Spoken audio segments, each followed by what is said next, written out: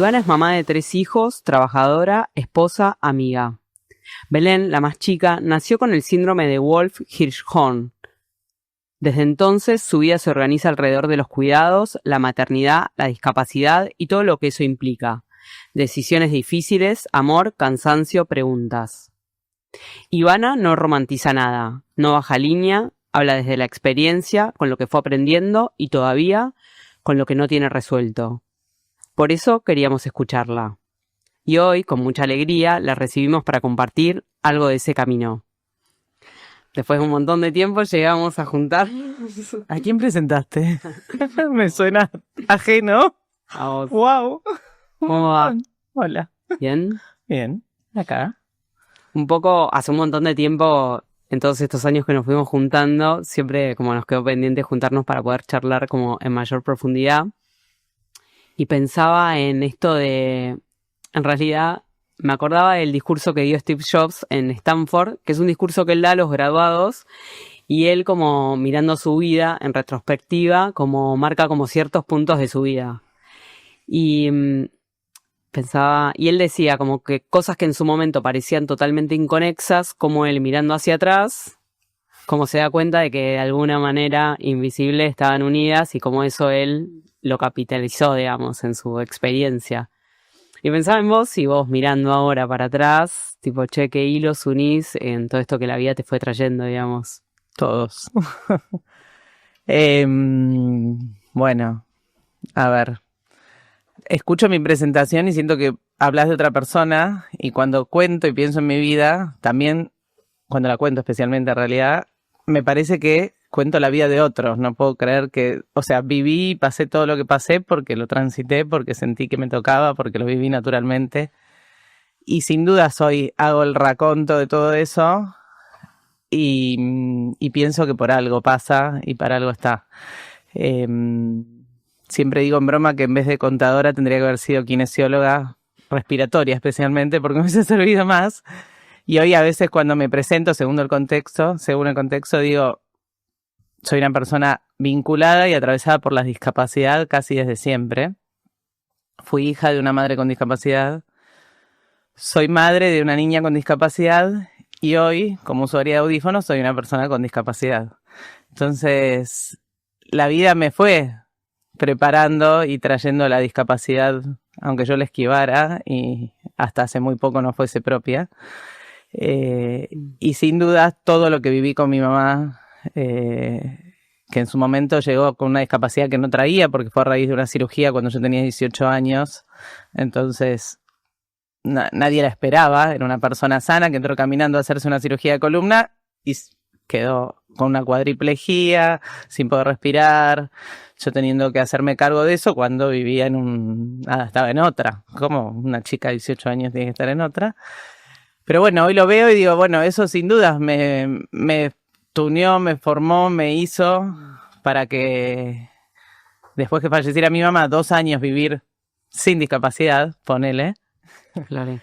y llegar a Belén, y un montón de esas cosas que venían, que sin dudas no son lo mismo con un hijo que con una madre, no es lo mismo, pero sí me había formado o me había preparado a que había cosas que ya las entendía, y eso creo que es una gran ventaja dentro de todo lo que estoy describiendo. Ahí me surge como preguntarte, me recuerdo, porque vos la otra vez como a los 18 años que pasó esto que tu mamá entró, 19. No, yo digo siempre mal, 19. Me recuerdo como que a su vez, en ese mismo momento que tu mamá estaba internada, tu papá también fallece, Sí. como en esa coyuntura, me emociona me acuerdo de ese momento visual alojado, y también pienso en algo que nos pasa a los seres humanos, es como que siempre tenemos como esto, como que tenemos una expectativa, digamos, o tenemos mucho el libreto de cómo tienen que ser las cosas. Entonces, como por un lado me dan ganas de preguntarte, bueno, ¿qué pasa cuando de repente todo explota en la cara? Te pregunto primero eso de cómo es cuando todo explota en la cara, ¿no? ¿Cómo se vive eso y cómo se vive después en el tiempo?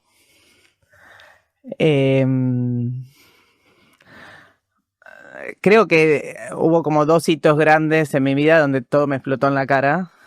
Y lo viví de manera diferente, sin dudas, porque eran 2 momentos de mi vida diferentes. Ninguno esperado, y por eso es una explosión en la cara, ¿no? No estuvo programado. Yo cuando fue lo de mi mamá y que al mes y medio se muere mi papá, que nada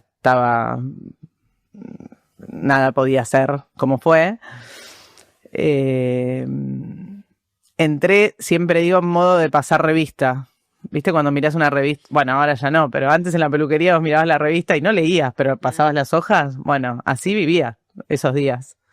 Como que... Y hoy, habiéndolo trabajado un montón y habiéndolo visto, digo, fue una forma de sobrevivir a eso. Porque si yo... Que podría haber sido, no juzgo a quién le puede pasar así. O sea, yo tuve esta herramienta y hice eso. Pero creo que hubiese sido todo mucho más difícil si yo me anulaba, me bloqueaba y me sentaba solo a llorar, porque mi mamá me necesitaba, había una casa ahí, había un auto, había deudas, había nada, cosas por pagar, había que actuar, o sea, alguien tenía que hacerse cargo. Seguramente hubiese habido otra opción, pero bueno, yo encontré esa que no la elegí, me salió esa. Y bueno, nada, había que transitarlo. Si me decís hasta ahí, pensando en la introducción que hiciste recién a la pregunta, yo tenía reprogramada mi vida. O sea, yo era así. Iba a estudiar esto, me iba a recibir a tal edad, iba a trabajar en esto, me iba a casar a tal edad, iba a tener hijos a tal edad, como todo rebufo. Abro un paréntesis ahí. Ivana y yo nos conocemos desde los 3 años y yo siempre me acuerdo que... me acuerdo que en segundo año tuvimos clase de contabilidad. Yo me sentaba adelante de ella, que ella se sentaba con Miquela, con otra compañía nuestra, y estábamos clase de contabilidad. Yo siempre, tipo, no sé, buscando algo para hacer que no sea la actividad correspondiente. Me acuerdo que la profesora nos empezó a explicar, bueno, que era de qué iba la contabilidad todo, y pone la Y y de ingreso. Y me recuerdo que justo yo me di vuelta seguro a buscar algo en la cartuchera ajena y me dice, y ella me dice a mí, Ivana me dice a mí, esto no me lo tengo que olvidar porque me va a servir para toda mi vida porque yo quiero ser contadora, me dice. Qué boluda.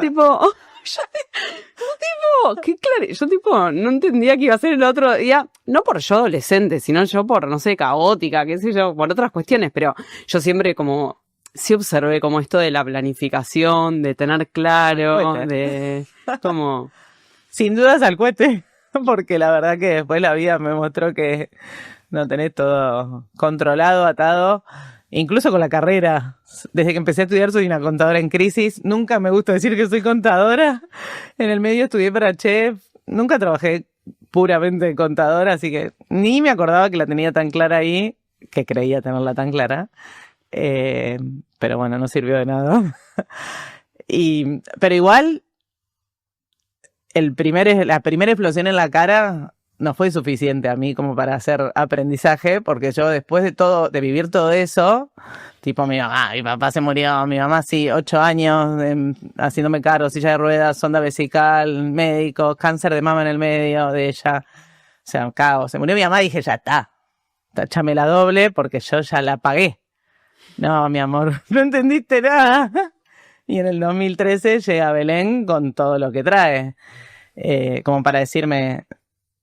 Y ahí entramos a Belén, pero te quiero hacer antes una pregunta.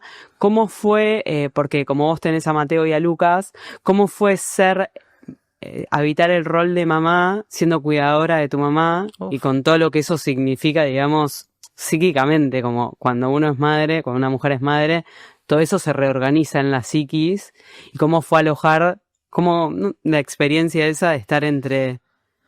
Sí,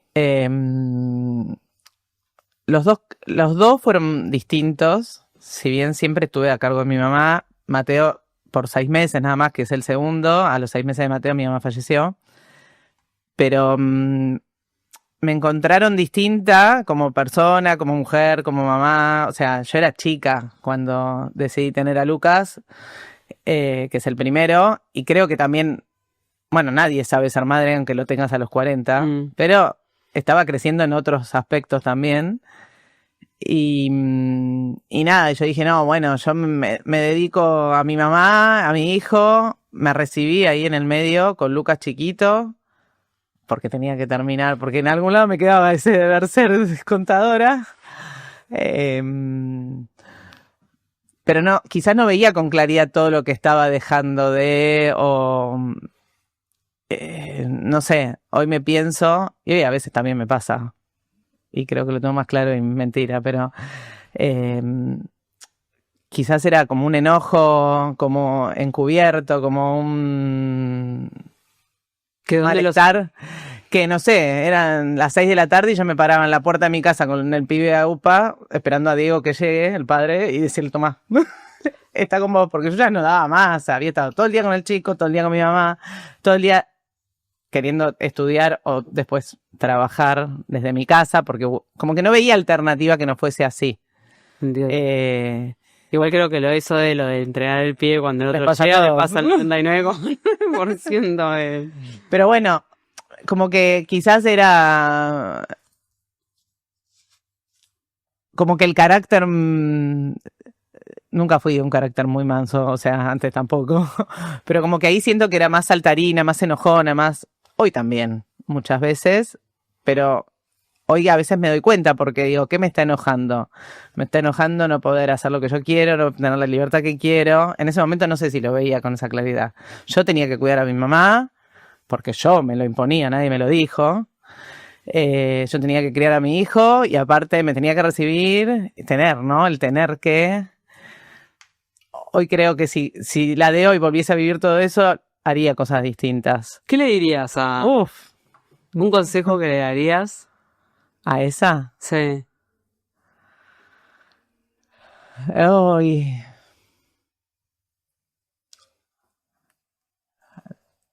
Difícil, pero priorizate.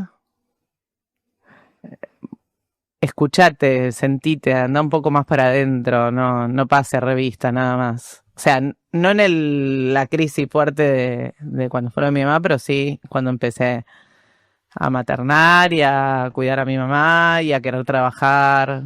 O sea, conectate con lo que realmente querés y no con ese deber que te pones vos.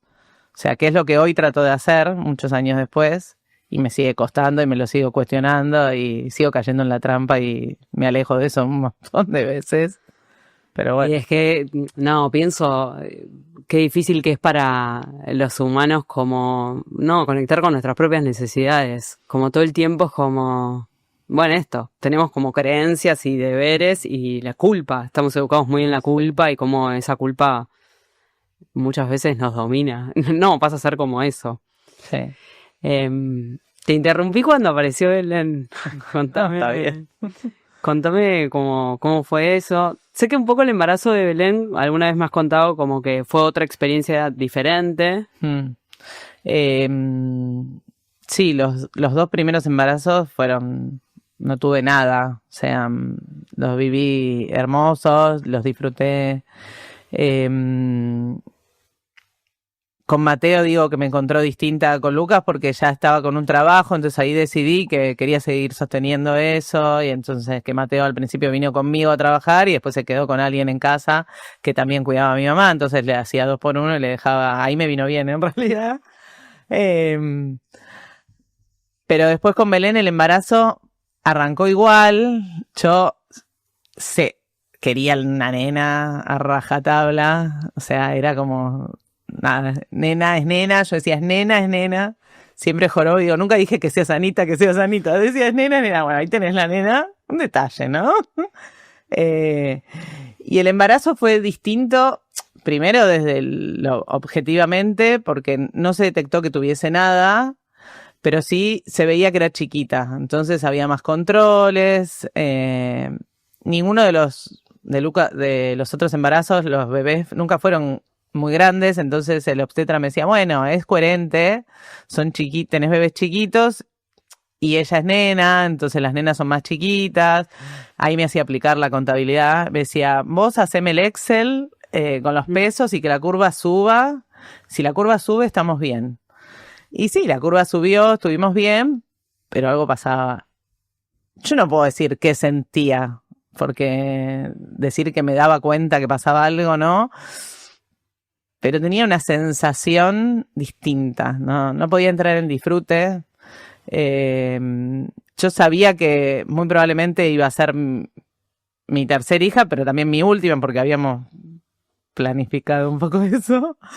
Entonces decía, quiero disfrutarlo de otra forma y no podía. No podía. Incluso al final, que por las dudas hice reposo para que no bajara de peso la bebé por nada que yo le pudiera aportar. Reposo en casa, no súper estricto, pero me quedaba en casa, vida tranquila. No podía conectar desde el cariño, desde el amor, desde la alegría, desde disfrutar el embarazo, desde mi bebé, voy a tener a mi bebé. Me acuerdo que siempre era con un dejo de angustia, que no sabía por qué, ni me daba cuenta que la tenía, pero me daba como bronca. O sea, como decía, dale. Y me acuerdo los 2-3 días antes, unos nervios, o sea, que no tuve con los otros. En todos los casos fui a cesárea programada porque tengo una malformación en el útero. Nada grave, pero sabía que no podía ir a un parto natural. Y entonces siempre el esquema de los días previos fue el mismo. Saber, bueno, el sábado voy, preparo las cosas. Y el disfrute que tuve en los otros dos no lo pude tener con Belén. Y no te puedo decir porque no sabía qué pasaba. Pero algo adentro me estaba raro en mi sentir. Y fue así, fue ir con una preocupación, con una incertidumbre, que en teoría no pasaba nada, pero ahora digo, bueno, en algún lugar sí yo sabía que pasaba algo o sentía que pasaba algo. Me imagino también esos 9 meses donde esto que pasa mucho que nos pasa a los humanos, esto de no siento, no sé cómo estás, más o menos, no, pero todo va a estar bien. Sí, obvio. Y no, eso porque tenías algún lugar, algún refugio, alguien con quien hablar, algún espacio donde realmente como esa angustia, porque bueno, un embarazo de por sí ya es contención, que es tipo contener a alguien que está creciendo dentro de uno. Entonces digo, bueno, ¿eso por dónde drenaba? Bueno, con Diego, que es mi marido, un montón, porque era estos miedos que no se los podía decir fundadamente al resto, a él sí se los compartía y él lo sabía y creo que los compartíamos los dos. Los dos caminamos con bastante incertidumbre ese tiempo. Tengo un cura amigo con el que charlaba mucho en ese momento y me acompañó en los momentos muy difíciles. Y me acuerdo que a diferencia de las otras veces donde yo estaba más tranquila, era tipo rezar especialmente, porque sentía que había algo. O sea, pero a los demás no le podía, voy a ir a tener un hijo, rezar, como no estaba legitimizado eso que yo sentía decírselo a todo el mundo. A la familia cerca, más allá de Diego, no, imagínate, mi suegro se moría si yo le decía que iba a pasar algo. Que no sabía en realidad que iba a pasar algo. Belén nació el 10 de mayo y me acuerdo, ahora lo sé, antes no lo sabía, el 8 de mayo es el Día de la Virgen de Luján. Y mucha gente que subía, y yo me acuerdo que a todos los que veía que iban a ir les ponía, rezá especialmente por mi bebé, rezá por mí, tipo, y eso no lo hubiese hecho, no lo hice. O sea, eso también me sostuvo y me daba cierta tranquilidad, confiar en agarrarme de algo que sintiera que me iba a ayudar en ese momento. Después todo, ya está, o sea, todo estaba dicho, nada cambió por lo que pasó esos días o por lo que... Pero bueno, es ahí donde yo siento que puse, como di señales de que me daba cuenta que algo pasaba. Pero después era mío, o sea, mío en la cabeza, en el corazón, acá la sensación física de vacío, de algo, de la angustia, acá la retenía, me la reacuerdo. Me traían películas porque tenía que hacer vida tranquila, los DVDs se usaban todavía. Y yo miraba y no miraba y decía, estaba como en otro lado. Como que pase el tiempo. Sí. Okay. Y llegaste al parto. Llegué al parto. Era un viernes. Fuimos.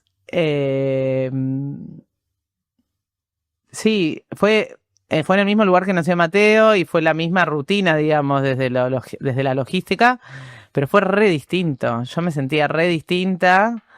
Y fue como ir a parir y decir, bueno, a ver qué pasa. Y lo que más quería era que saquen a la bebé y me digan, hermosa, mirá, tomá, como había sido con los demás. Y acá salió Belén, nace Belén. Yo súper atenta a ver qué pasaba. Sí, por lo pronto que estuviera viva, porque también era un fantasma que tenía. Porque en los monitoreos que me tenían que hacer no aparecían los latidos, me hicieron de todo para que se moviera el bebé. Y de golpe venían como 3 a escuchar y uno decía, sí, escucho. ¿Viste? Vos decís, ¿qué voy a ir a tener? ¿Voy a tener un bebé con vida, sin vida? Sí, me dice que lo escuchó, pero no era como el otro que nada, no se escuchaba nada. Hoy sé que era porque era muy chiquita, entonces no se escuchaba. Latía lo más bien su corazón.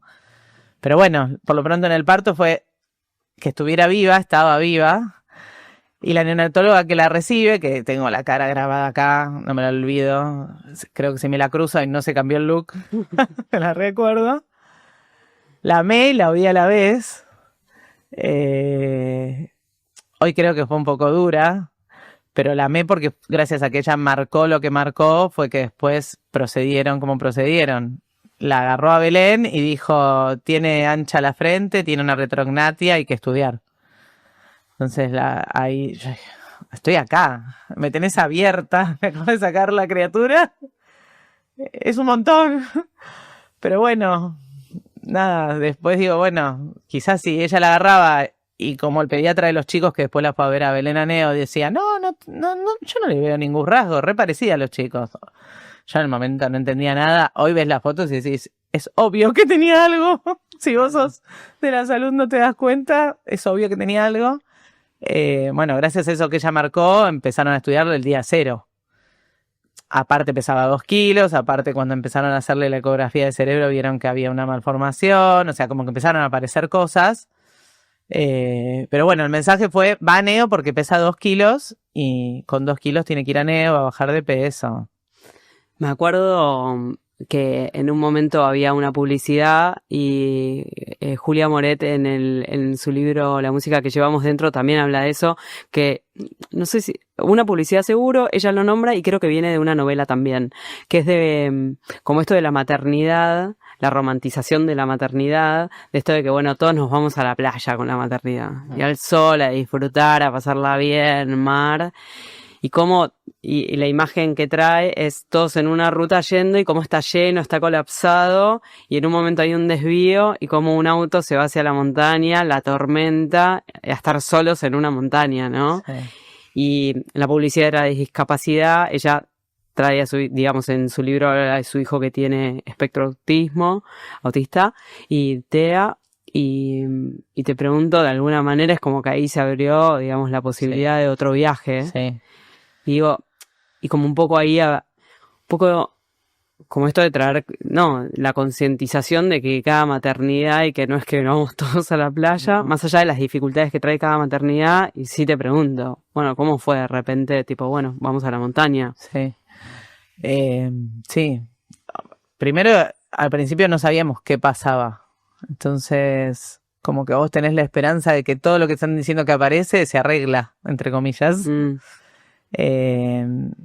Y hasta que no hubo un diagnóstico certero, que supimos que era algo genético, que la pediatra vieja, le digo yo, la pediatra de los chicos de mi marido, me había dicho, si no es genético es una cosa, si es genético está en el ADN. Entonces hasta ahí era una gran incertidumbre, pero que ya me hacía vivir las cosas de otra manera. Un poco lo que me había pasado en el embarazo. No podés no disfrutar el embarazo. Si te sentís bien, ¿qué es lo que te pasa? Y bueno, me pasa todo esto. Y ese viernes que nació Belén, ¿qué pasa después que nace un bebé? Empieza a venir la gente a visitar, los más cercanos, porque eso sí aprendimos. El primero éramos un montón, fuimos como acortando, y yo no quería que apareciera nadie. Yo no había visto a mi hija. Si a mí me habían llevado a la habitación y a mi hija la habían llevado a Neo. No era un momento feliz, no me desees felicidades. Me acuerdo que leía el teléfono, no quería contestar un mensaje. Te pedían fotos, ni yo tenía foto. ¿Cómo te puedo mandar una foto? O sea, como que no está, en el mío tampoco estaba, que al momento de nacer un bebé podía estar pasando algo malo. Si es todo lindo, si es todo bueno, si tenés a tu bebé, como que no estaba esa posibilidad en nadie, incluso en ellos mismos, como digo, vos tenés un bebé por más mal que esté, me acuerdo que si no hay riesgo de vida y vas a separar a la madre, hace que se junten rápido. Acondicionalo y lleva a la madre a verlo. A mí me pasó que agarré el palo del suero, porque tenía el suero todavía, porque había sido cesárea. Bueno, no sé si en el parto natural también tenés, pero agarré el palo del suero y me fui caminando al piso de abajo porque necesitaba entrar a ver a mi hija. A mí nadie me fue a buscar. Y mientras tanto tenía que hacer que no pasaba nada, porque me mandaban mensajes, venían los más cercanos, mi suegra, mis cuñados, y todo bien, y yo todavía no la vi, yo la estaba pasando re mal, diría que fue de los momentos más feos de mi vida, no el más lindo. Pero para todos tenía que estar contenta porque tuve una hija, pero para mí era terrible lo que me estaba pasando, no la había visto. Y agarré y llegué a la puerta de la neo, toqué el timbre, y me dijeron de todo, porque había ido así, porque había ido caminando, porque tenés que pedir la silla, y qué sé yo lo que tengo que hacer. Yo necesito ver a mi hija. O sea, necesito ver a mi hija. Mientras que me contás todo eso, como siento la dificultad que tenemos como sociedad, como cultura, como seres humanos, como de poder ver, como de sacarnos el velo de... No sé, como un poco de lo que queremos nosotros ver. No, pienso esto de... Me venían palabras como angustia, desesperación, tristeza, incertidumbre, como en ese lapso que vos no pudiste ver a tu bebé y que te llegaban los mensajes. Y después, por otro lado, pienso esto de que el médico está en su función, la enfermera que abre Neo está en su función, la que, digamos, agarró a Belén en ese momento. Y digo, ¿cómo no podemos salir de lo que, de lo que somos y ponernos como, tener una intersección, un punto de encuentro con el otro? Sí. Y dejar de ser uno enfermero, uno médico y que tengo que dar el diagnóstico acertado y como que digo, qué bueno que una parte tuya pueda alojar eso y decir, la amé y la odié a la médica y que hubo amor también y que decís, che, qué bueno que le empezaron a estudiar a Belén desde el día 1. Pero digo, qué complejo es como no poder dejar de estar parados en nuestros propios zapatos y ver todo desde ahí y decir, che, bueno, hay una mamá que no pidió la silla de ruedas, que tuvo la fuerza para bajar, que necesitaba ver a su bebé, como, en vez de verlo como en negativo, como decir, mira todo lo que hizo porque esta mamá necesita estar en contacto con ese bebé. Sí. Y digo, wow, porque me imagino que además, a lo largo del tiempo, ninguno de los médicos dejó de ser médico, ninguna de las enfermeras dejó de ser enfermera, y digo, no solo la salud, también tipo, digo, el entorno en tipo, bueno, pero Belén es divina, no sé, y vos tipo, bueno, pero, ¿no? Sí, la empatía, tan bastardeada, digo yo. La tan quemada empatía que no, hay de todo, o sea, y en eso sí, el camino que había hecho con mi mamá también lo había vivido. Yo estaba entrenada. Sí, o sea, están los que sí y los que no. Hay muchos que no. Y por lo general lamentablemente son los que más te marcan, los que más te acordás, porque estoy transitando algo difícil, vos me estás diciendo algo que es terrible, decímelo con amor, no sé cómo, pero acordate que de este lado hay alguien que tenía una expectativa, que esperaba a su hija, que tiene a sus hermanos, que... Pienso esto que vos decís es terrible, pienso si es que es terrible porque estamos chipeados en que, por ejemplo, en que tipo, porque pensaba recién, hay un montón de embarazos que se pierden, o sea, es mucho más alto, es muy alto el porcentaje de niños, de gestas que se pierden, por ejemplo, que son los embarazos invisibles. Y de esos ni hablamos. Digo, y esa mamá está haciendo un duelo de un embarazo que no llegó a término. Digo, bueno, yo que trabajo en psicología perinatal, hay un montón de casos de muertes, de malformaciones, de bebés que antes, cuando ya están en la panza, necesitan una intervención quirúrgica apenas nacen. Y digo, es terrible porque de por sí mismo es una situación compleja que explota en la cara. Y también, ¿cuánto sentís que tiene que ver? Porque no lo visibilizamos, porque no charlamos, porque en nuestros núcleos íntimos no lo concientizamos, el resto no se involucra. Digo, ¿cuánto y cuánto?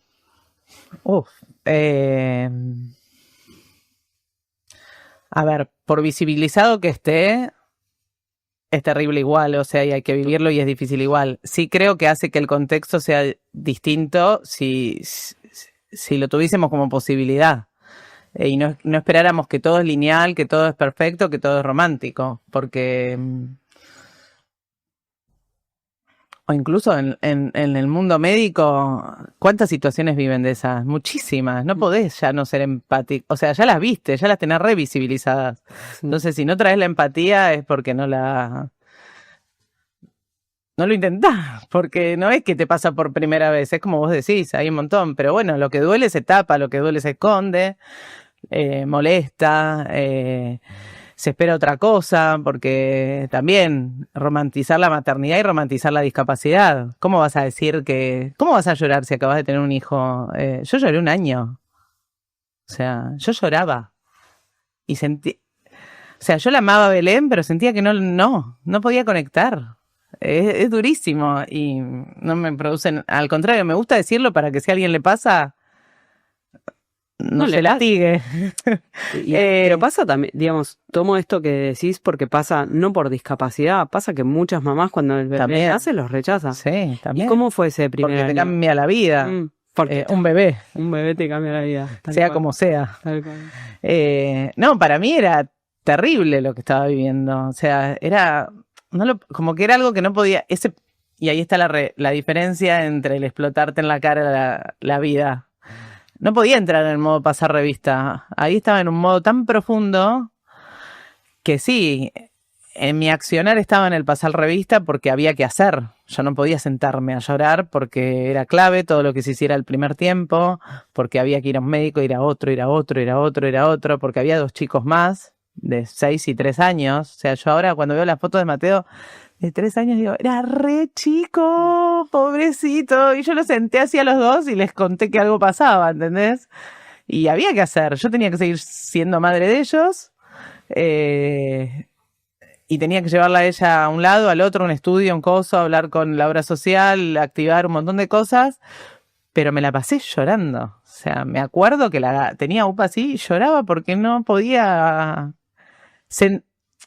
Cuando vos tenés un hijo, por lo menos a mí me pasó, no, en realidad no siempre, tenés razón, pero cuando yo tuve a los otros 2, yo me acuerdo, los agarraba así, no lo podía creer, era como un amor, un desborde, con Belén no me pasaba, y hoy agradezco haber llorado y haber estado así ese año, porque cuando hice el clic al revés, hoy tengo esa sensación que tuve con ellos en los primeros días y hoy con 15 y 18 lo quiero matar a veces, y a veces no, por eso, no, amor.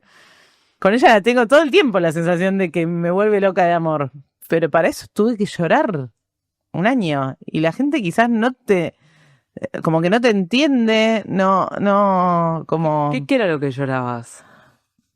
Yo digo, lloré la hija que no tuve, lloré todo lo que sabía que se me venía. O sea, en algún punto yo lo sabía. Quizás no a la semana, pero cuando a los 5 meses me dijeron el diagnóstico es este, y empecé a ver, y empecé a investigar, ¿sabes lo que se viene? Y hoy también a veces lo lloro, lo que no tuve, porque hoy tiene 12 y si bien tengo un montón de cosas, ninguna superada, muchas cosas transitadas, a veces me agarra por el lado que necesito llorar lo que no es Belén. Y lo que sí es, sí, también, porque no lo minimizo y me vuelve loca de amor. Y una vez leí, lo que pasa que si una mamá hablaba sobre el síndrome de Down, sobre su hijo con síndrome de Down, y decía que si ella seguía hablando, llorando a ese hijo que no fue, era como no darle el lugar a que era así con estas características. Y sí, pero no, porque hoy mi Belén es esta y no sería esta, es mía y me vuelve loca, pero de amor, pero hay un montón de nos también que no fueron y que no son, y que no puedo quedarme en la romantización de, ay, Belén es así y mirá todo lo que logró, y bueno, sí, pero hay un montón de cosas que no, y hay días que las veo o sea, las sé y las veo todos los días, pero hay días que me van a lo profundo y que vuelvo a llorar como esa vez. Y quizás es el duelo de que a los 12 no me pide salir con las amigas porque no puede pedírmelo y porque no son los intereses que tiene y porque todavía se calma con Wincy Araña y no tiene 3, tiene 12. Entonces también lo lloro y lo vuelvo a llorar y me vuelve a doler, mucho menos que antes o mucho menos visible o distinto. A mí en los primeros años hubo espacios que me costaban porque no podía dejar de ver a la que tenía la misma edad y estaba haciendo otra cosa y me mostraba lo que mi hija no estaba haciendo y no podía. Pero lo relaciono un montón con cuánto no tenemos incorporado como la muerte, en esto de como hacer duelos, ¿no? Y uno está duelando todo el tiempo todo. O sea, es como esto, lo que no fue, lo que no va a lograr, lo que no está haciendo. Y ahí te hago de a una porque me reinteresan dos cosas. Mencionás como que hay un momento que vos haces un clic. sí. Y digo, bueno, ¿qué fue ese momento que ahí? Y digo, bueno, ¿qué habilitó ese clic? Más allá de que esto que lo manifestás como, bueno, mi Belén, como todo eso que vos con Mateo y con Lucas lo experimentabas como la mamá orgullosa de ese bebé, llevándolo. Digo, bueno, ¿qué fue lo que se habilitó con ese clic?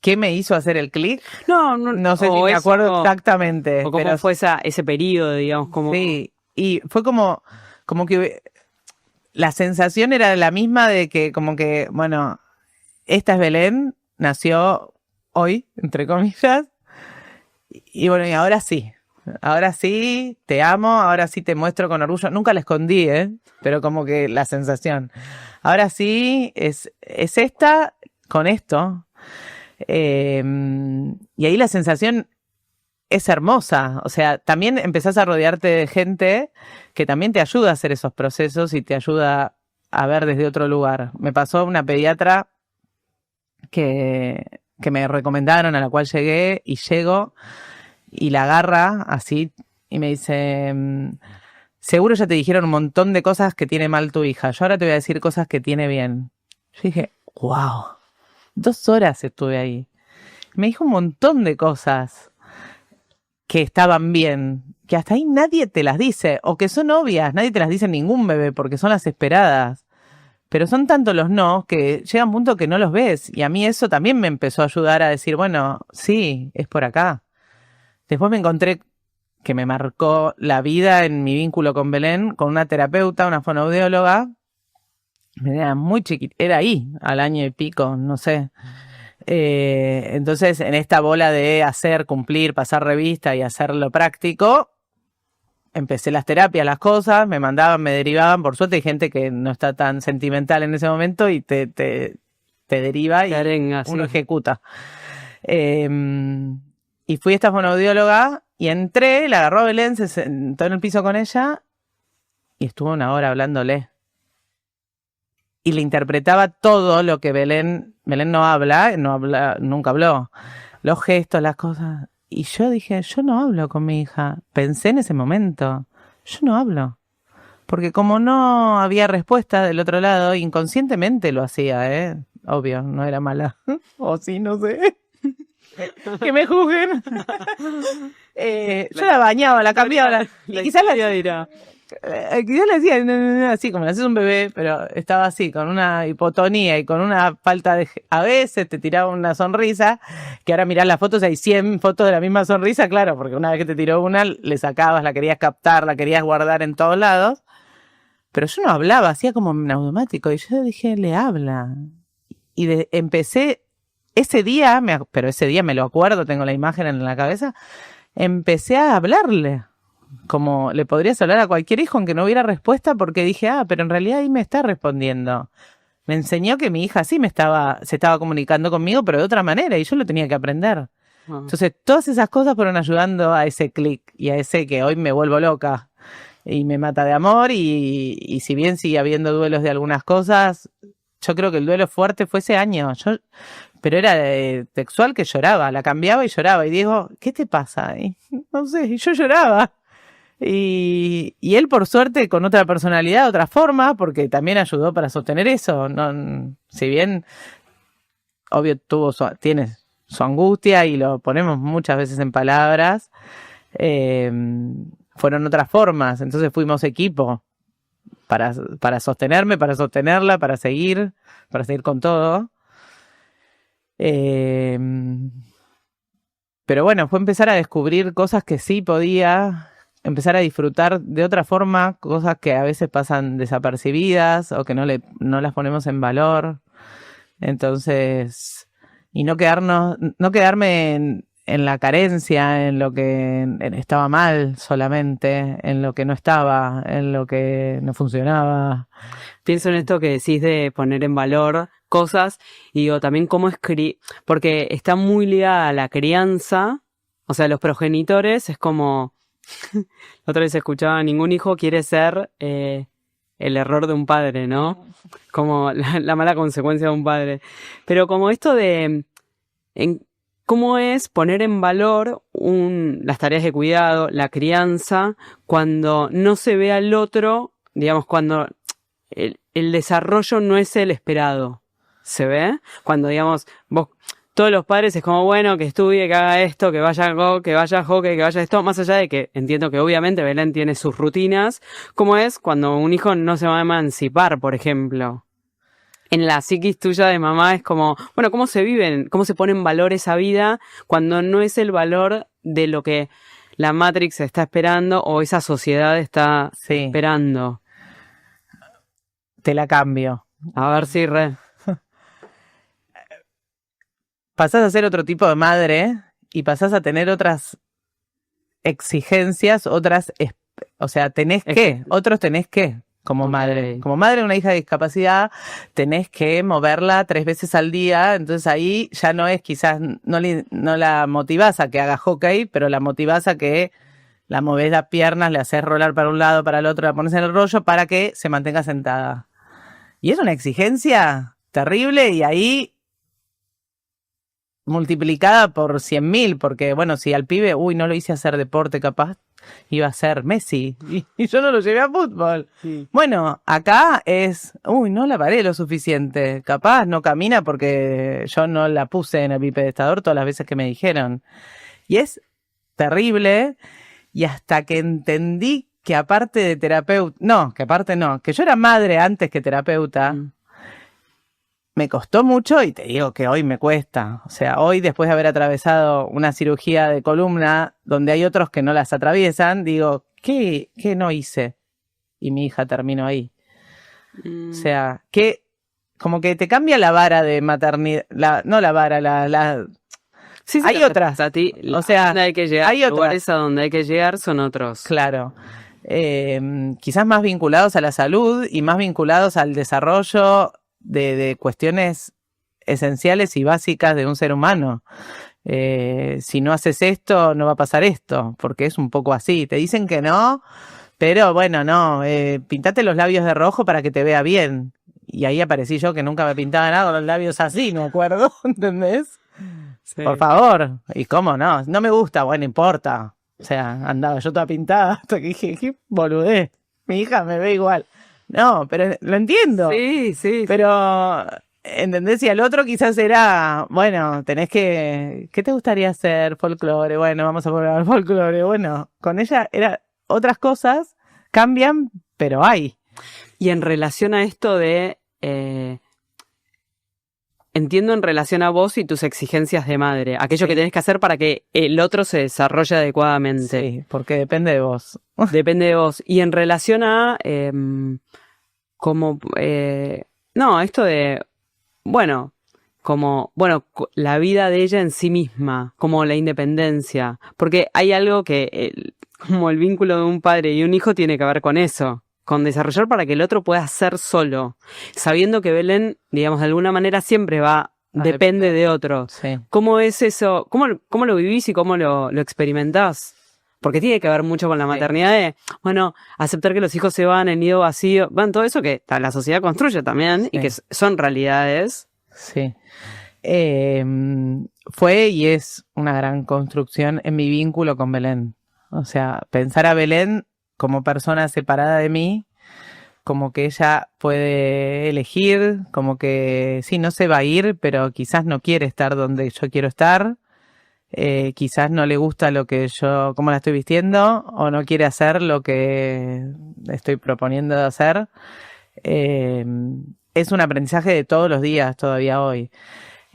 Y lo fue en todos estos años, me ayudó un montón formar parte de un espacio donde la miran como una persona individual, donde ella va a hacer sus actividades, tener grupo de madres que nos acompañamos y nos compartimos, y donde hay algunas que son más grandes y decís, fue a Chiqui, le hizo elegir qué remera comprar, me está jodiendo. Yo tipo en mi interior, pues no, dale. Y sí, ¿por qué no?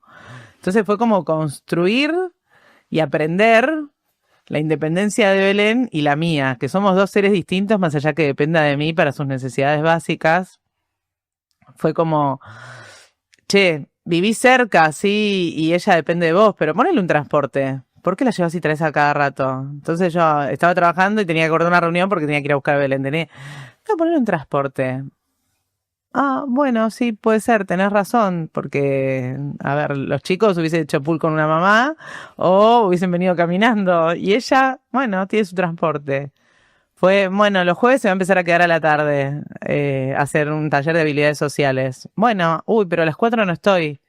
Vuelve con alguien, que es su acompañante. Ah, bueno, le voy a hacer una llave. Y, Claro. ¿what? ¿Una llave, Belén? Sí, porque tiene que entrar. Entonces, aprendo todos los días eso. Lo aprendo desde estas cosas que son más grandes, como el trasladarse, el entrar a la casa, y hasta las cosas chiquitas, de decir, che, ¿te querés acostar? ¿Te querés levantar? ¿Querés salir? Porque no te dice sí, no, pero te lo da a entender, y fue a aprender a interpretarla y a darle lugar a lo que ella quería también. Es como, no quiere. O sea, como después no te va a decir mamá no quiero y te va a dejar en evidencia, no por eso hacéselo hacer. O sea, respetale su individualidad. Yo creo que en muchas cosas lo logro y lo aprendí, en muchas me falta, y es de todos los días, de aprender todos los días y de pensar todos los días. Somos seres distintos. Ahí se me abren como dos cosas y retomo esto de cuando vos la viste a la fonoaudióloga hablando con Belén y esto de las mamás más grandes, ¿no? Y pienso dos cosas, ¿cuánto influye el modelado? Porque bueno, hay muchos modelos, no sé, entras a Instagram, hay un montón de modelos de haz de comer a tu bebé de esta manera, de esta manera, de esta manera. Como las mamás convencionales tienen un montón de modelos de cómo ser mamás. Y digo, bueno, ¿cuánto te ayuda a estar rodeada por una comunidad que comparte ciertas cuestiones que tienen que ver con la discapacidad para este modelado o para opciones de cómo puedo hacer con mi hijo, digamos, o qué cosas puedo aprender para ser mejor y estar, digamos, más vinculada? Bueno, en principio como eso. Para mí es un sostén enorme, una red de sostén enorme poder tener otras experiencias similares al lado, pero como con sus luces y sus sombras también, ¿viste? Porque no dejas de caer, me acordé por lo que decís de la alimentación, no dejas de caer en la comparación, en el qué hacer, el que no. Del síndrome estamos en contacto muchas familias y un gran tema es la alimentación, y es como, no, insistí porque después empiezan a comer bien. Y entonces insistí, si lo tengo que lograr y tengo que poder y tengo que, y está buenísimo. Pero bueno, la chica estuvo internada 5 veces en el año y me están diciendo que le tengo que hacer un botón gástrico, y vos me estás diciendo que tengo que poder. Entonces es como... Encontrar la propia medida. Claro. Pero bueno, una vez que ves que buscas lo mejor para tu hija y que tomás los ejemplos que tenés alrededor que sirven para tu hija, y quizás hay otros que no, está bueno. Y está bueno después eso que me pasa muchas veces, cuando llega otra mamá en la misma situación que yo, decirle, sí, insistí, está buenísimo, pero si es esto, no pasa nada. O sea, no es el fin del mundo ponerle el botón gástrico, al contrario, vas a ver que le cambia la vida, que tiene otra fuerza. Estoy tomando este ejemplo, hay miles. Pero si no estás rodeado con gente que le pasa lo mismo, que quizás también compartir desde los sentires, no solo del qué hacer desde la salud, los sentires como madre de decir, bueno, ¿qué le pasó a ella cuando, no sé, que es lo que a los 15? Entonces, viste, a los 15 no, lo viví así, lo viví así. Es como que está buenísimo escuchar la experiencia de otro porque te prepara a decir, bueno, me habilita que me puede pasar esto, es una posibilidad, no es la única.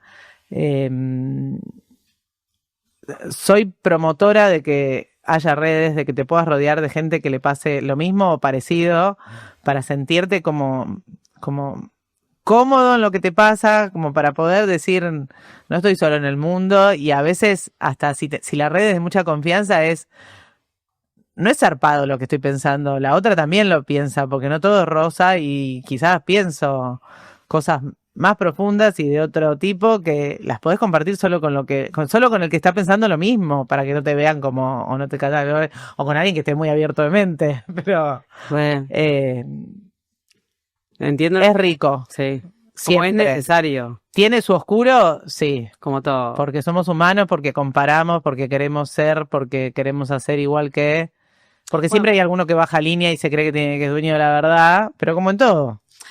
Y porque también yo creo que también en un lugar forma parte de nuestra propia especie, es como esa sensación de que si sigo ese camino me da seguridad de que, bueno, no va a ser el error propio, el acierto ajeno, pero bueno, también, yo siempre digo, el error propio, entendemos qué camino hicimos para llegar ahí y cómo construimos nuestro propio error también nos ayuda a poder mejorar. Entonces, te quiero preguntar antes de terminar, ¿qué onda Mateo y Lucas? Porque vos dijiste tenías 6 y 3 y Belén, y bueno, y vos de repente es como te pusiste a hacer un montón de cosas, o sea, un poco pasar revista el primer año llorando y después hacer un montón de cuestiones.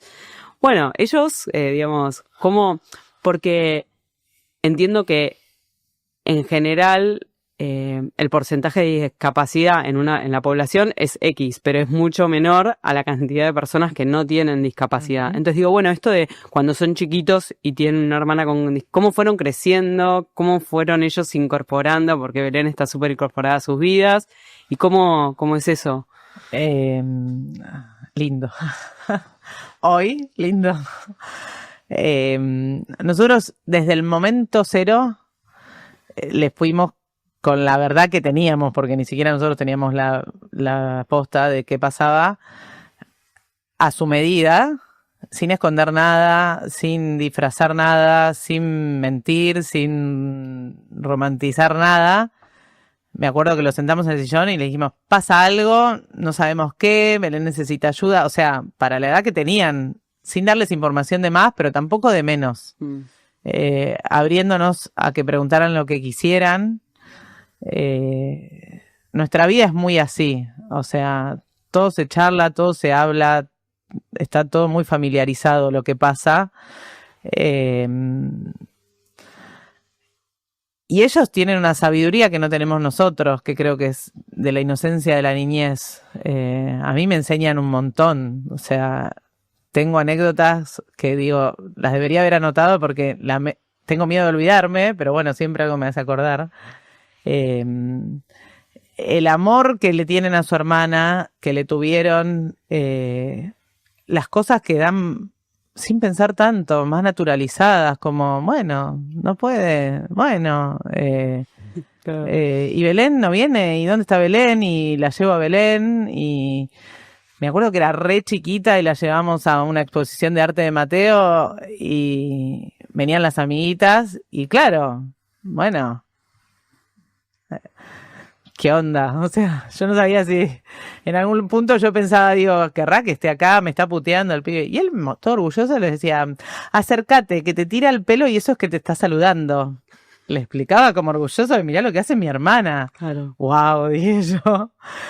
Y así tengo un montón, y crecieron así. Y si bien hoy son más grandes y ya tienen toda la parte que vamos adquiriendo cuando crecemos de pensar de otra forma las cosas o de ver de otra forma las cosas, hay como todo un lado, yo siempre digo, la persona que comparta la vida con ellos, dichosa, sea quien sea, hombre, mujer, perro, gato, lo que quieran, lo que elijan, pero dichosa porque tienen un lado de en su formación natural de ser humano que no la tenés si no tenés contacto con esa discapacidad de esa forma y con ese amor. Tienen un amor enorme, o sea... Me paro ahí para preguntarte esto final ¿qué pensás que, porque eso que desarrollaron de manera natural Lucas y Mateo, que es eso como humano, lo nombraste de esa manera, digo, vos decís, bueno, ¿qué necesitamos como sociedad, como grupo de amigos, como para qué cosas nos ayudarían como para desarrollar eso? Digamos, ¿cuánto falta de tener contacto genuino, real? Lo que A priori te diría vivirlo, pero no es una opción, porque no todos vamos a estar... totalmente. No vamos a vivir la discapacidad tan de cerca o en nosotros mismos, pero para eso hay que visibilizarlo. O sea, tenemos que poder salir, tenemos que poder que Belén se aparte, que Belén pueda sentarse al lado de una nena y que no sea raro ver una Belén. Si bien somos muchos menos, no puede ser algo extraño. O sea, yo estoy segura que la primera mirada nunca es con maldad, es con no saber. Total. Después hay que ver qué hacemos con eso, ¿no? Porque me pasa de que un padre le dice a la nena, no te acerques o no, que yo entiendo que lo hace porque cree que me puede molestar, pero en realidad no, acércate, vení, preguntame, lo mejor que podés hacer es dejar que tu hijo venga y pregunte, no me va a ofender. Ayúdalo a construir como se pregunta, quizás, enseñale que hay que respetar, que hay que ser cuidadoso en las palabras, o no sé, dale otra enseñanza, pero no alejarte, no esconderte. Nos falta un montón. Creo que hay un montón de cosas que vamos avanzando como sociedad, pero porque falta ya desde los accesos, desde el poder salir, ¿entendés? Yo no puedo salir a todos lados con Belén porque tengo que pensar si puede ir. Total. Pensaba eso en la arquitectura, pensaba en los espacios. Porque a veces encontrás a alguien buena onda y te ayuda y hay otras veces que no. Entonces... Como que se tienen que dar muchas condiciones para que eso pueda suceder. Sí. Pero bueno, por algo nos está pasando, lo estamos haciendo visible y lo vamos contando y lo vamos compartiendo. Belén sale al mundo como es, con lo que necesita, y yo pido, y yo cuento, y yo explico, y yo difundo el síndrome para que se sepa. Y el síndrome, porque a mí me tocó el síndrome, pero cualquier discapacidad. O sea, tiene que ser visible, no puede ser oculto, porque es algo natural que nos pasa a todos. Ni hablar las que no se ven. Total. O sea, porque yo a veces pienso, digo, qué fácil la tengo, porque si vos ves a Belén y se porta mal y hace ruido en un lugar donde no hay que hacer ruido, tenés que ser demasiado malo para juzgarme. Ahora, a veces ves una mamá con un nene que se ve neurotípico o normal, como decimos, y la juzgás porque hace un berrinche y quizás tiene TEA y la tiene mucho más difícil, como madre, digo, para sociabilizar. O sea, ser visible, tratar de difundir, de dar a conocer, o sea, porque hay cosas que no se ven, entonces tenés que saber que está la posibilidad de que algo está pasando. Me pasa a mí con los audífonos, o sea, es una pavada y yo ya soy adulta y lo puedo proceder de otra manera. Pero a veces cuando le hago repetir algo, hasta que no le muestro y le digo, no escucho porque tengo audífonos, me pasó con una médica, una guardia, creo que ya te lo conté a vos justo, pero bueno. Sí. De decirle, pero no escuchás, me contestó, no, le dije, y hasta que no le mostré, viste, se quedó helada. Claro. Pero tenés que barajar la posibilidad de que no te escucho. ¿Te crees que te hago repetir porque tengo ganas de escucharte varias veces decir lo mismo? No. Bueno, ahí me viene como esto de... No, como la capacidad que tengamos como seres humanos de ser más curiosos, de desarrollar como la curiosidad y esto de estar abiertos, como esto no escuchás, sino tipo necesitas que te hable más adelante, como esto de también abrir la amabilidad y que esté más disponible. Por eso, en todo lo que hacemos, en cómo preguntamos, en cómo nos acercamos, y eso sí depende también de cada uno, de cómo uno le enseña a esos hijos y a esas hijas a que las cosas se hacen con amor en cualquier contexto. Total. Ya sea de la discapacidad o de otro. Total. Porque todos somos iguales entre comillas, o tenemos los mismos derechos de vivir en la misma sociedad, en el mismo lugar, de poder hacer las mismas cosas, o las cosas que nos gustan, aunque sean distintas. Total. No, esto es que es con, digamos, es con todos en todos los sentidos y de todas las maneras y bueno. Bueno, mil gracias por haber venido. Estoy.